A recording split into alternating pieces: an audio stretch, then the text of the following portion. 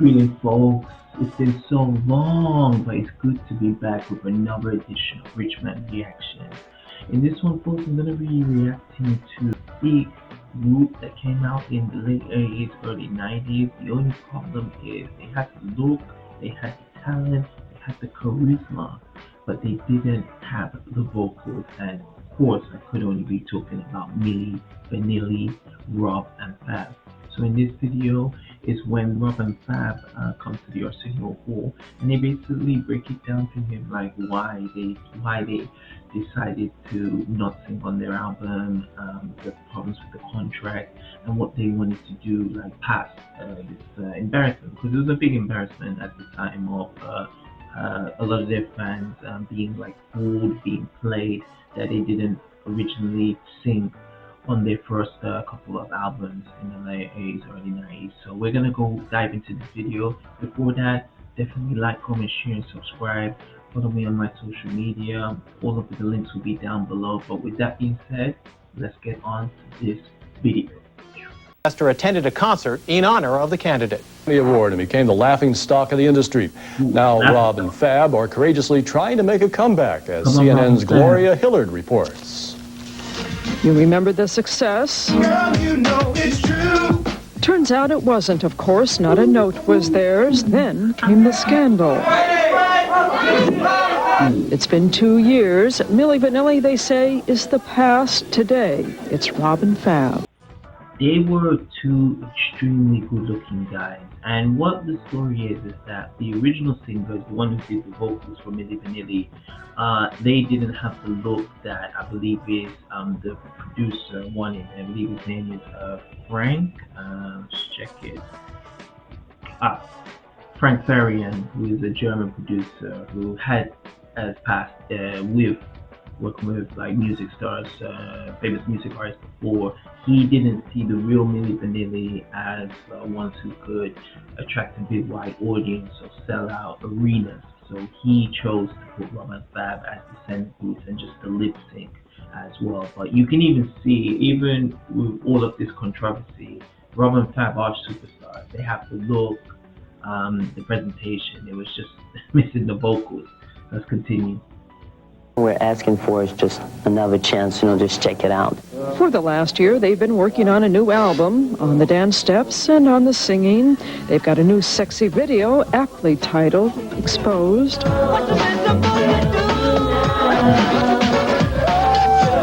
It's a risk, for a lot of people. It was a risk to be involved with Rob and Fab, but they see now that we have a fantastic album and that we now can make a lot of people happy that we made sad in the first place, and that hurted me the most. There's a very thin line between success, to being a hero, and to being a loser. So we are much more humble. This experience humbled ourselves because people laughed at us.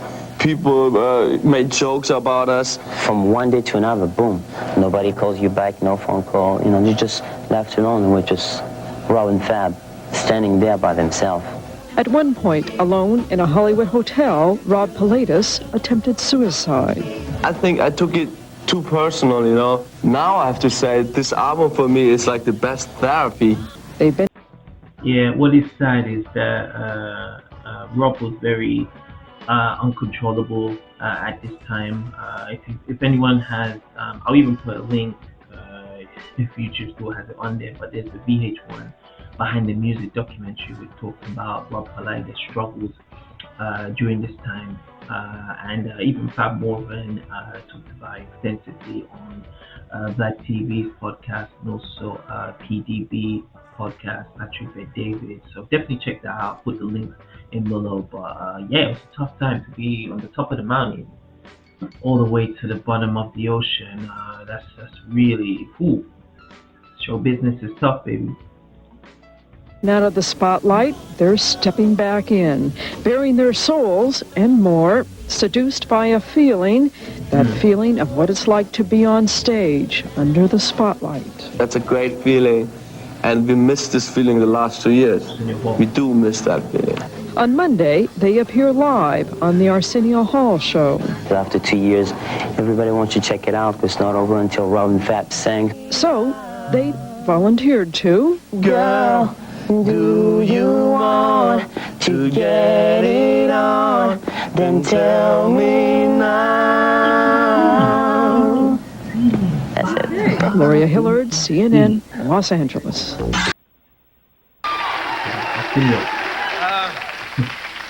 As Milli Vanilli, they sold more than 7 million albums, and they won a Grammy for Best New Artist in 1989. Grammy board. What it's gonna look like, right? Yeah. Boy. Yes. They're still screaming. Oh, boy. You know, okay, let me tell you something. I just listened to the single up in my dressing room. Very catchy, cool single. What I don't understand is, and you sing lead on the thing I was listening to. Oh, yeah. What I don't understand is, why didn't you sing in the first place, man? You can sing. First, I want to say to the audience that we don't want to blame or point the finger at anybody. We take the blame on us, okay? What happened is we got a recording contract which was saying that we're supposed to record an album with different options.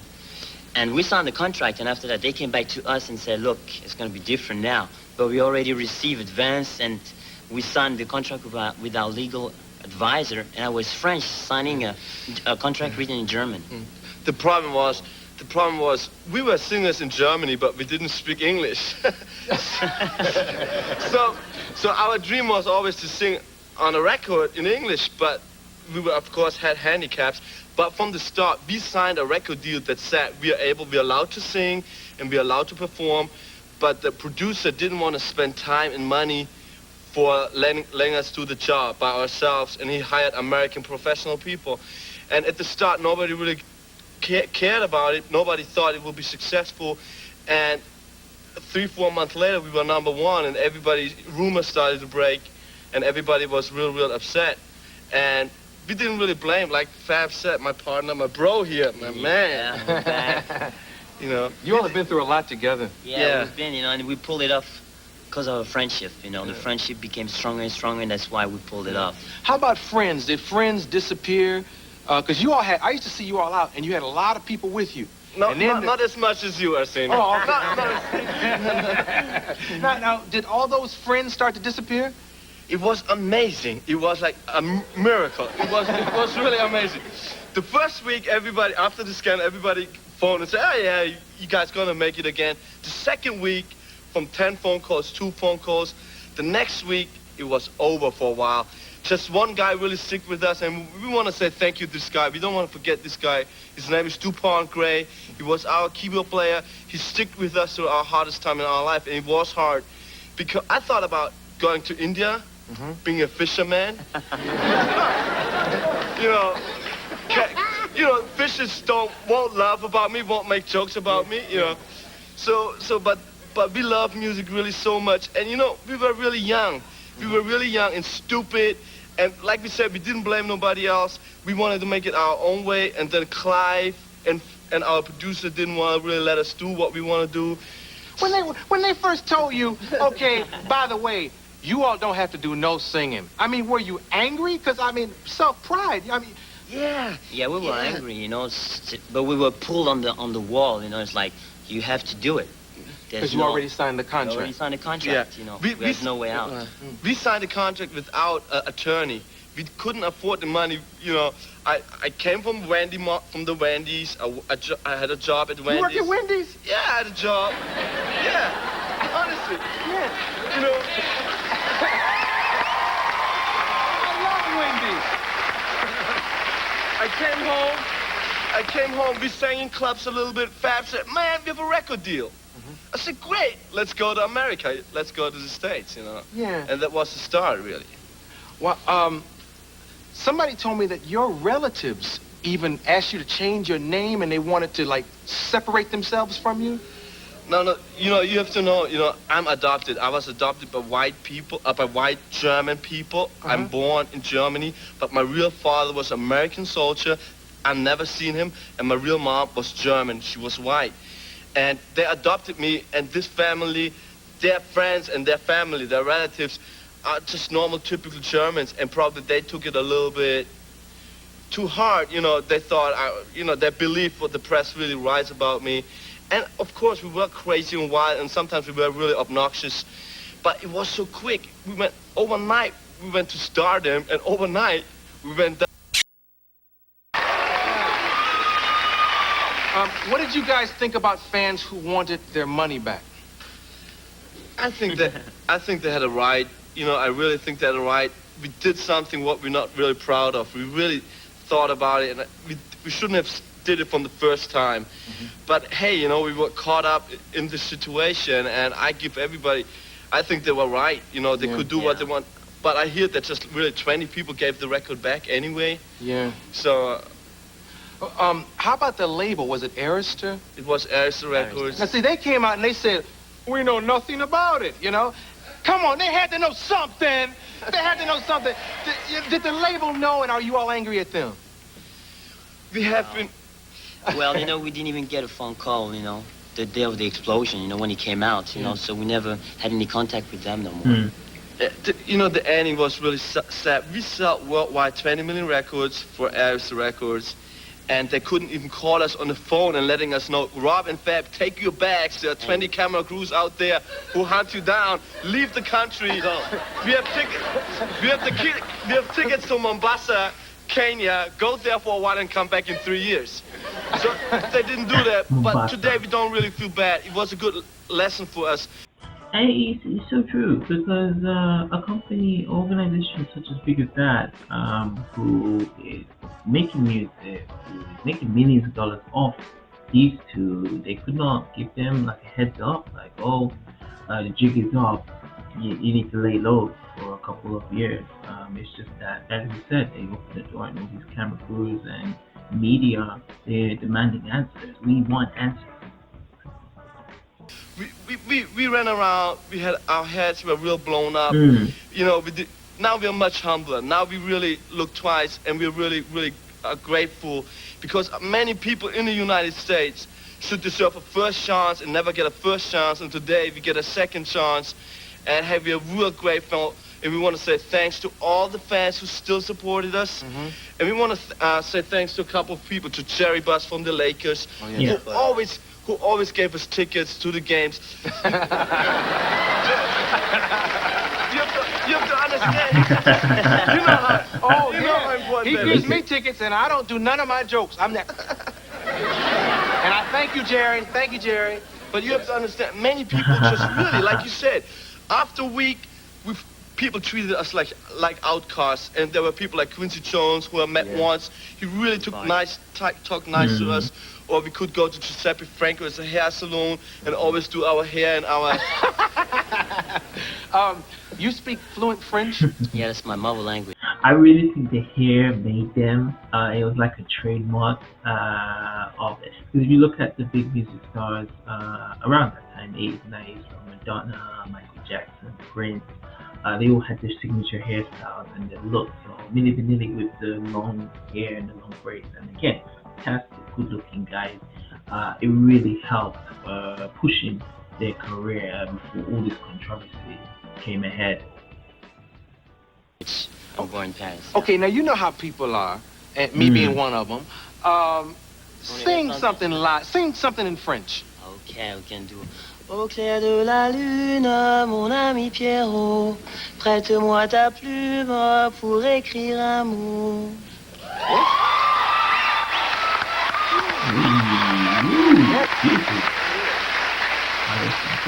Where do you guys want to be in 20 years?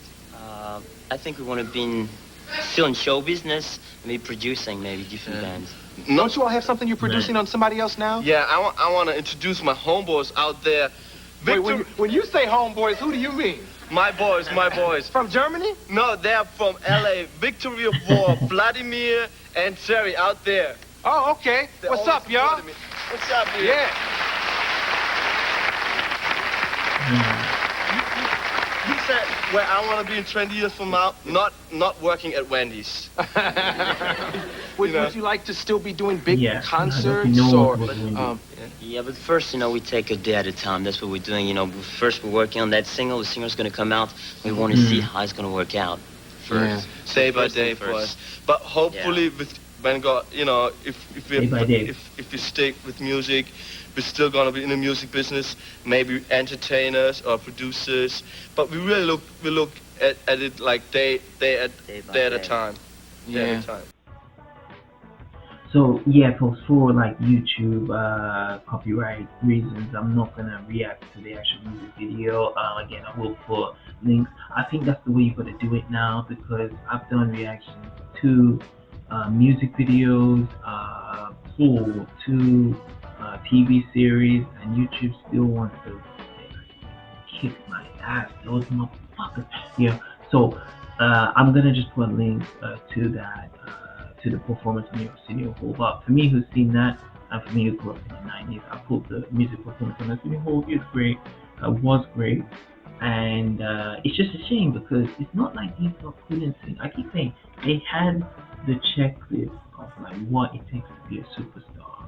They were in America, they had the network, had the look, had the fans, a lot of fans. Milli Vanilli was they even appeared in it. They just started in Super Mario Brothers, so they were able to cross over. They had that crossover appeal, which only few of the superstars of the '90s had at the time. The ones who were at the top, and they were really on the top. So it is a shame of like just like how Vanilla Ice's career just went. It happened to them as well. So yeah, it's really tough. I think the lesson like we can all learn from this is sometimes when you do accept money, there's no shortcut to success. There really isn't. There really does need to be a lot of trials and tribulations in your journey to getting to your goal, getting to your destination, completing the mission. You have to go through the pain. You have to go through the failure. You must fail more in order to get that success. And for them not to get presented this deal in the early 20s and just the basically beginning of the careers, it was a short-term win but a long-term loss at the end. And fortunately, like Rob Politis, who is not with us, he passed away. I think maybe 5 years after this, maybe even 4. It was late 90s, 1997, where Milli Vanilli were attempting to make a comeback with the one who exposed them, Frank Barry, and the producer, the one who found them and was pushing their music in the I'll put their music organization records there. But he tried to get them together and plan a comeback for Rob. From what I've seen in the VH1 Behind the Music documentary, definitely watch it if you haven't seen it yet. Is that for Rob, he needed that show business, he needed the spotlight, it gave him life. And when it was just taken away, as you said, he was working at Wendy's before, he couldn't cope. Fab was more different. Fab was, I believe, was more with the music and fame, where Rob was more the fame than the music. You know, everyone loving you, signing autographs, take pictures then. So maybe he couldn't control it. And it's for anyone for lesson as well. Like always have something that you can always do and continue regardless of the money. I don't give a fuck how much subscribers I get or how much money I make. I love to make these videos. It keeps me sane and it's a great hobby. So always I would be doing this if I had 1 million or if I have 1,000 in the bank, which I don't. But yeah, you gotta have something to do. You gotta have something that gives you meaning and gives you life. And I know I'm preaching, bro, but that's just the way it is. So I've rambled enough. Let me know what you think of Rob and Fab, Milli Vanilli. As I said, I'm gonna put multiple links to this this comeback of Rob and Fab. Definitely let me know what you think of Milli Vanilli, Rob Politis, and Fab Moving. Put your comments, leave any comments related to even just music in general, music from back in the day. I would love to hear. You could even talk about Arsenio Hall. Put all your comments down below. Definitely like, comment, share, and subscribe. Check me out on social media.